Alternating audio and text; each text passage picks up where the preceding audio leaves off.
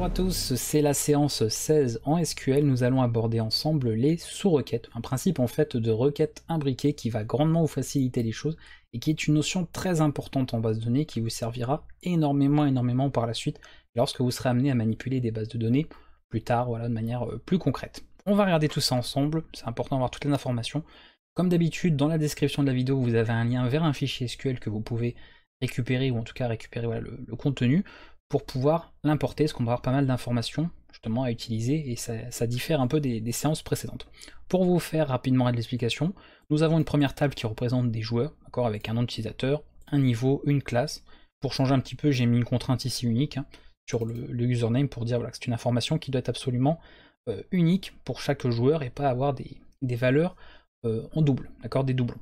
On a une deuxième table qui représente des échanges entre joueurs, donc quelque chose, un système très simplifié, le but n'était pas de compliquer ce que je vais vous montrer là dans cette vidéo.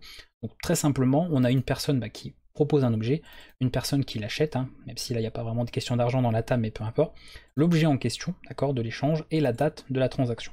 Tout simplement, pour l'identifiant, ça n'a pas de changement. Quelques enregistrements bien sûr derrière, des joueurs et des transactions qui sont prises en compte, et vous voyez pour la date d'ailleurs, petit détail, j'ai mis un date time à la place, histoire qu'on ait également l'heure précise de la transaction, ce qui change un peu notamment avec la précédente séance. Voilà pour ces informations déjà. Donc ce fichier, vous le récupérez comme d'habitude, pour pouvoir l'importer ensuite, comme je vais le faire. Donc on fait ça. Là, le chemin, moi je l'ai préparé ici, encore une fois. Hop. Ok. Use the database. On vérifie que tout est bon.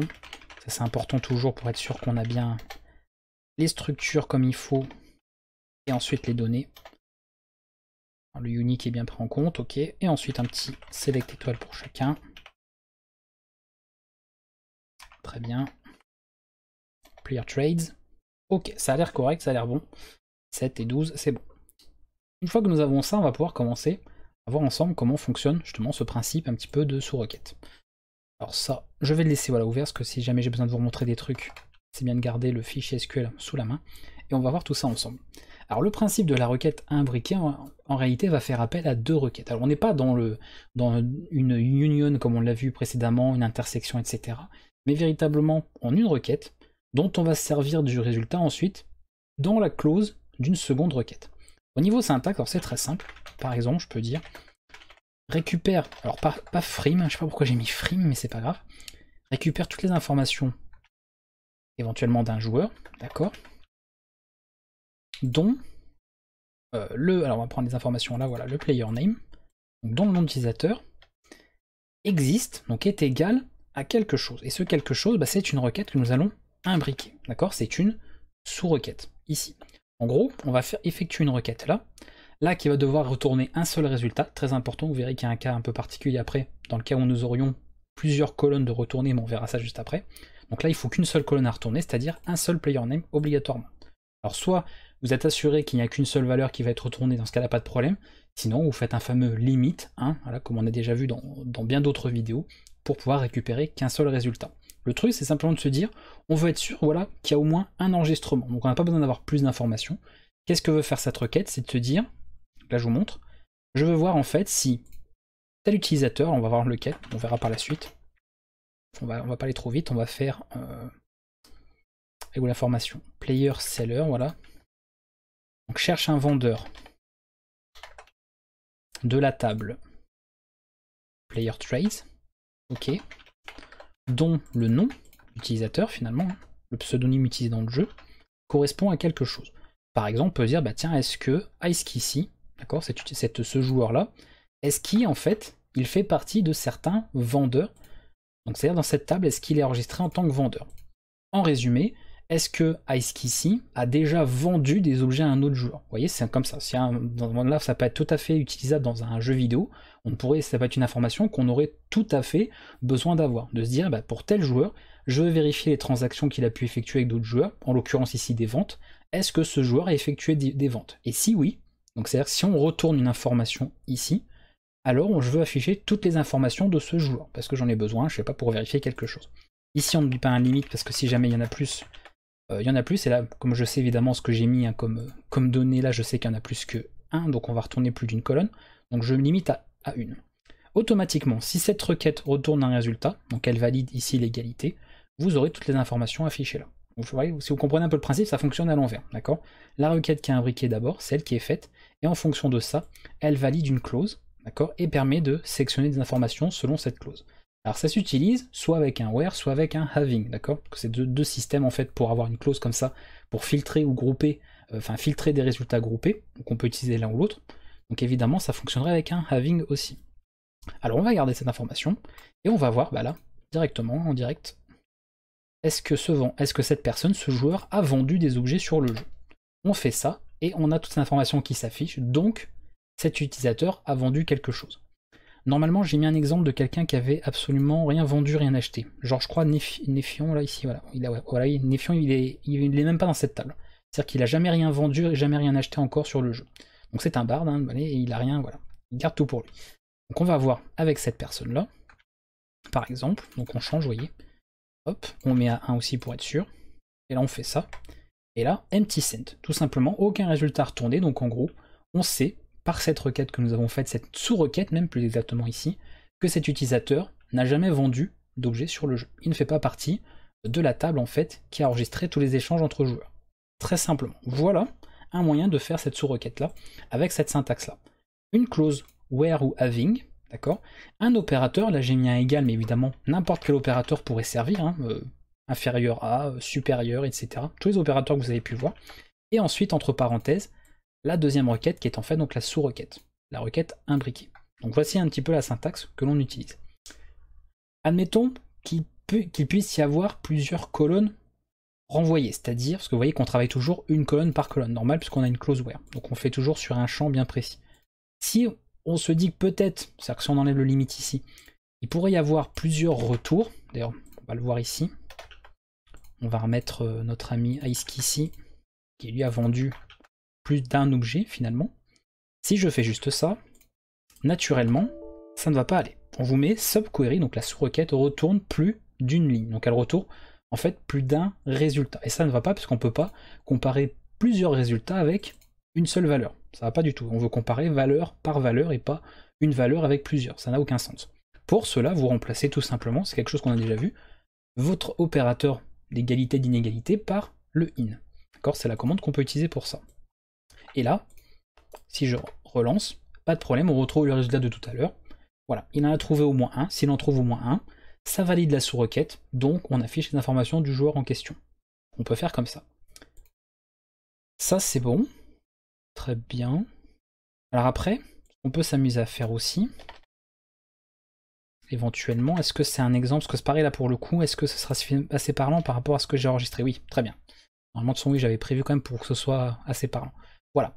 Là, via cette requête ici, d'accord, en faisant juste un select from, etc., grâce au in, d'accord, j'ai récupéré plusieurs enregistrements que j'ai comparés un à un, et du coup, qu'est-ce qu'il fait? Eh bien, il affiche les informations des joueurs qui ont vendu des objets. Voilà, donc là, on voit qu'on a la liste du coup de tous les vendeurs qu'il y a eu pour le moment. Donc si vous pourrez vérifier vous-même par le fichier, je ne vais pas tout vérifier un par un, mais en gros, voilà. Donc on ne retrouve naturellement pas Nefion ici que j'ai mis, parce que vous voyez, si je sélectionne, on ne le retrouve pas ailleurs. Les éditeurs, vous voyez, Ice ici, on le retrouve, hein, on voit qu'il est vendeur, il a même été acheteur. Si on regarde Haricot, on voit que pareil, il est acheteur et vendeur. Voilà, il y en a qu'on retrouve à plusieurs endroits, et d'autres non. Et Nefion, j'ai fait ce cas-là justement pour qu'il lui, il n'ait fait aucun échange, ni achat, ni vente. Voilà, donc il n'est pas présent, donc évidemment, on ne l'a pas retrouvé ici dans la liste qui est retournée. Donc ça, c'est très pratique, hein, on peut véritablement récupérer pas mal de résultats. C'est la fameuse sous-requête de base, avec l'utilisation d'opérateurs, ou même d'un mot-clé comme le in par exemple, dans une clause where ou having. Vous pouvez tout simplement procéder de cette manière, et c'est très simple. Vous voyez, le concept en lui-même n'est pas compliqué, il n'y a rien de compliqué dans cette notion, mais il faut bien l'utiliser pour ne pas se retrouver avec des résultats un peu bizarres. Donc attention entre la distinction entre l'utilisation d'opérateurs et le fameux in qui lui permet de récupérer plusieurs enregistrements de la requête imbriquée. Ça, c'est important. Autre possibilité. J'espère que normalement j'ai suffisamment d'exemples, parce que j'en ai quand même mis pas mal, donc ça devrait aller.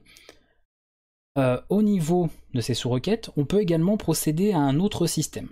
En gros, par rapport ici à ce qu'on a mis au where, d'accord, quand on utilisait, je sais pas moi, ceci, on va utiliser un autre système qui va dire en fait de valider en fait cette information si la sous-requête ici a au moins une valeur. C'est-à-dire que si ça correspond, l'égalité là, parce que là c'est une égalité, correspond à au moins un enregistrement de ce qu'on a là. D'accord? Pour ça, je vais vous montrer ce que c'est évidemment beaucoup plus simple à comprendre avec un exemple. Qu'on peut se faire, c'est... Alors ça que là, bon, pour le coup, on va faire ça comme ça. On va le mettre ici. Bon, de toute façon, ça ne changera pas grand-chose. Vous mettez le mot any. Je vais l'enlever là. Par contre, c'est bizarre, il me le colore pas. Bon, c'est pas grave, ça ne va pas bien gêner. Mais en gros, on lui dit, voilà, si on trouve, vous voyez, any, au moins une personne, d'accord? Au moins, en fait, c'est pas vraiment une personne, c'est dire, on a au moins une égalité ici, avec une valeur de cette sous-requête. Alors, si on l'exécute, on va exécuter là. Voilà. On retrouve, comme vous voyez ici, alors on n'a pas forcément, si c'est bon, on a les mêmes choses que j'ai dit, normalement on est censé avoir les mêmes choses, hein, le même résultat. Voilà. On a la même chose, d'accord? Il validera en fait s'il y a au moins un cas, d'accord? Il valide un cas. Là, évidemment, dans ce cas présent, on a plusieurs utilisateurs qui correspondent. Forcément, on retrouve plusieurs résultats. Alors, on peut éventuellement remettre un where comme je l'avais fait. Après, ce qu'on peut faire, tiens, voir, est-ce que quelqu'un a vendu, par exemple, les utilisateurs voilà, qui ont fait transaction d'une épée en mousse. Vous voyez ça, il y a des gens qui se sont fait avoir. Hein. On leur a vendu des épées en mousse. Donc on peut faire éventuellement un test là-dessus. Player trade, donc where player trade item égale épée en mousse. Voilà, on fait ça. On exécute la requête. Et voilà, on voit du coup que Sephiroth, d'accord, et Big Boss 89, là, donc mage noir et guerrier hein, respectivement, ont vendu à un moment donné des épées en mousse à quelqu'un. Effectivement, si on vérifie, avec Sephiroth a bien vendu une épée en mousse, et Big Boss à un moment donné, là, du coup, renvoyé hein, apparemment à Sephiroth. Voilà, il lui a redonné son épée en mousse, on lui a redonné 2 jours plus tard, mais ouais, il en voulait plus. Il a dit récupère ton arme en mousse là, j'en veux pas. Donc on peut comme ça récupérer directement d'autres résultats. Vous avez un alias aussi de any qui est somme. On peut faire cette commande, c'est un alias, mais c'est exactement le même mot-clé. D'accord? Ça fonctionne tout à fait pareil. Vous avez l'une ou l'autre des syntaxes possibles. Ça, c'était du coup la deuxième possibilité. D'accord? De faire un any pour vérifier au moins une valeur. D'accord? Au moins que ça corresponde en fait, cette clause where que vous avez là, corresponde à au moins une valeur de votre sous-requête. Comme ça que ça fonctionne. Troisième et dernière possibilité par rapport à ces sous-requêtes, c'est de vérifier en réalité l'existence, d'accord, de l'information que vous avez. Par exemple, est-ce que ma sous-requête renvoie un résultat? C'est-à-dire que si la requête renvoie un résultat, à ce moment-là, on va pouvoir traiter l'autre. Donc vous voyez, c'est des cas, c'est des petites particularités finalement entre les trois syntaxes, mais qui ont quand même leur importance. Donc ce qu'on va faire, par exemple, c'est de dire, qu'est-ce qu'on peut dire ça? Est-ce que je peux changer sur un autre exemple?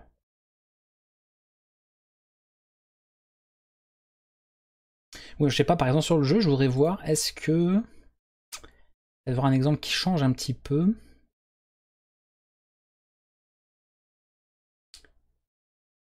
Est-ce que ça c'est la requête là? On va pas imbriquer plusieurs conditions, c'est pas la peine. Pas compliquer plus que nécessaire. On peut garder le même exemple là en fait, hein, déjà, on peut faire ça. Donc existe avec un S, très important. Voilà. Comme ça au moins vous verrez un peu là ce que ça vous donne en fait. Voilà. Donc là évidemment il me met empty set. D'accord. Puisque. Je dois pas faire le test là-dessus. Voilà. Donc en gros. Ok. Donc je vous explique, parce qu'évidemment, là, entre ce que je tape, etc., et que je vous dise bien les choses, on a une première requête, rappelez-vous, la requête imbriquée. Ici, on va sélectionner tous les vendeurs, d'ailleurs, j'aurais même pu mettre toutes les infos, en fait. Imaginez que cette requête est toute seule et isolée, d'accord? Vous réfléchissez sur cette première requête, vous dites, je récupère toutes les informations de la table des échanges, dans le cas où l'objet en question de la transaction est une épée en mousse, d'accord? Si ce type de requête, si vous la vérifiez toute seule, hein, c'est-à-dire que je peux même la récupérer toute seule. Bon, est-ce qu'il va prendre la syntaxe comme il faut? Normalement oui. Voilà. Là, elle retourne des résultats. On retrouve bien les deux résultats de tout à l'heure, donc ça correspond. Dans ce cas-là, cette requête a des résultats qui existent. Donc on valide cette clause, d'accord? Where exist. Ceci, en fait, vaut true, d'accord? C'est vrai.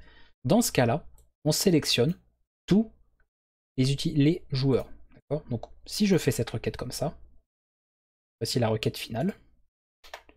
on obtient ceci.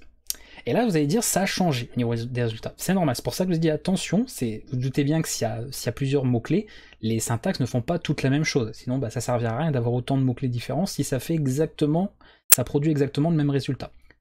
Je répète ce que j'avais dit. On a une première requête. Si elle valide, d'accord, des résultats, si elle retourne des résultats, donc elle existe, d'accord, on considère qu'elle existe en fait pour la closeware. Et à ce moment-là, on fait cette requête-là. En gros, c'est une simple condition. Imaginez que ça, c'est la condition. Et la requête que vous avez avant le where sera faite si et seulement si cette requête a retourné quelque chose. Voilà, il faut juste le comprendre comme ça, tout simplement. Et cette requête, c'est quoi? Bah, c'est juste ça, en fait. Vous voyez, là, on n'a pas finalement de filtres qui ont été appliqués. On a dit de retourner tout le monde, tous les joueurs. Donc évidemment, je retrouve tous les joueurs sur le jeu. D'accord? Toute la liste qu'il y a là. Parfaitement normal. Après, bon, on pourrait bien sûr s'amuser à faire une autre... je sais pas moi, par exemple... Est-ce qu'il va le prendre en compte? End player level plus grand que 10. On fait ça. Et il les a bien. Ok. On peut même regarder. On peut même aller plus loin. Alors plutôt à la ligne, histoire que ce soit un peu plus lisible. Order by player level. On va préciser ascendant, même si ça allait par défaut. Donc là, en gros, je lui dis tu sélectionnes tous les joueurs dont le niveau est supérieur à 10, si et seulement si on a trouvé des gens qui vendent des épées en mousse. Alors évidemment, dans un cas réel, ça n'a absolument aucun intérêt de faire ce genre de requête, mais voilà, c'est tout à fait un exemple qui illustre bien ce que je voulais vous montrer. On fait ça, et à partir du moment où on a trouvé qu'il y avait des gens qui avaient vendu des épées en mousse, on décide d'afficher tous les joueurs qui ont dépassé le niveau 10, et on a trié tout ça par ordre croissant des niveaux, ce qui est bien le cas, 15, 16, 23, 37 et 50. Voilà, c'était tout simplement ce type d'exemple-là, et d'usage, d'accord, de ce mot-clé existe. Donc vous voyez, c'est vraiment un autre cas. C'est vraiment pour dire, en fait, tu fais ta requête à condition que la sous-requête soit validée, donc qu'elle ait retourné quelque chose. Si ça ne retourne rien, on peut imaginer une épée en bois. Normalement, je n'avais pas d'épée en bois dans les informations que j'ai importées. Et bien là, empty set, donc en gros, rien n'est retourné, tout simplement.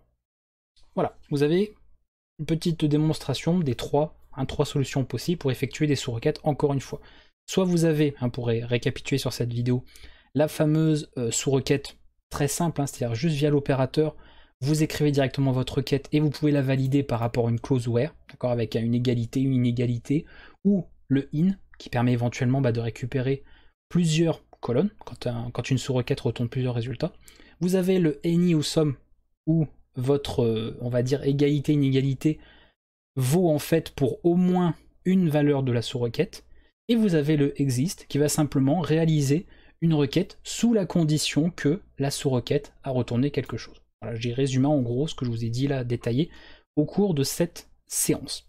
Et je pense qu'on va s'arrêter là, parce que c'est suffisant par rapport à ce que je voulais vous montrer. C'est encore une fois, comme je dis, dans le principe, c'est très simple. Après, vous verrez qu'en pratique, vous allez véritablement avoir besoin de vous entraîner un minimum. C'est pour ça que je vous ai fait, pour le coup, vous voyez, bon, j'en ai pas spécialement parlé, on n'a pas parlé des dates ici, il y a plein d'informations dont on n'a absolument pas parlé durant la vidéo, c'est pas pour rien. Je vous fais ces fichiers à chaque séance, justement, pour que vous puissiez les réutiliser par vous-même, vous en servir pour vous entraîner tout ça. C'est pas fait juste pour les vidéos, c'est aussi, et c'est disponible justement pour vous que vous puissiez les récupérer, et j'essaie de faire des fichiers un peu différents aussi, pour vous exercer, pour faire plein de tests de votre côté, et comprendre voilà, tout ce que vous apprenez au fur et à mesure de cette formation, parce que c'est ça le plus important. En tout cas, je vais pouvoir vous laisser avec cette partie-là, j'espère que c'était suffisamment clair, parce que c'est pas encore évident, c'est pas pour le coup pas très simple à expliquer ce principe de sous-requête, parce que c'est, encore une fois, c'est très très simple là, avec les exemples, tout ça, mais l'expliquer, ce n'est pas forcément si évident que ça. N'hésitez pas, encore une fois, en cas de besoin, si vous avez besoin d'aide pour quoi que ce soit, vous bloquez sur une requête en particulier, vous voudriez récupérer des résultats, et n'hésitez pas à vous servir des fichiers que je vous partage pour pouvoir justement vous exercer, d'autant qu'il y a pas mal d'informations. De toute façon, vous pouvez faire des requêtes bien filtrées, par exemple dire bah voilà, les personnes par exemple qui ont fait des transactions à partir de telle date ou entre telle date et telle date. Vous avez maintenant, à ce stade en tout cas de la formation, mine de rien, appris beaucoup de choses. On n'a plus beaucoup de notions à voir avant la fin de ce cours, donc vous avez vu le plus gros en fait de ce qu'il y avait à vous montrer. Donc vous avez moyen quand même déjà de faire pas mal de choses. Vous avez plein de fichiers qui sont déjà prêts à l'usage pour vous exercer, donc n'hésitez pas à vous en servir. Moi je vous retrouve prochainement, on abordera les jointures, je crois ça, on va y arriver, je sais qu'il y a des gens qui attendent ça, que vous êtes quand même certains aussi à déjà connaître SQL, à l'avoir déjà utilisé. Donc on aura toute une vidéo, pour le coup, assez longue, il y aura beaucoup de choses à voir. sur les jointures en SQL, et là ça va énormément servir aussi, puisque c'est un petit peu la seule notion qui vous manque en fait pour pouvoir réaliser un petit peu tous les types de requêtes que vous voulez en SQL. A bientôt pour la prochaine séance du coup sur les jointures, et on se quitte avec ça.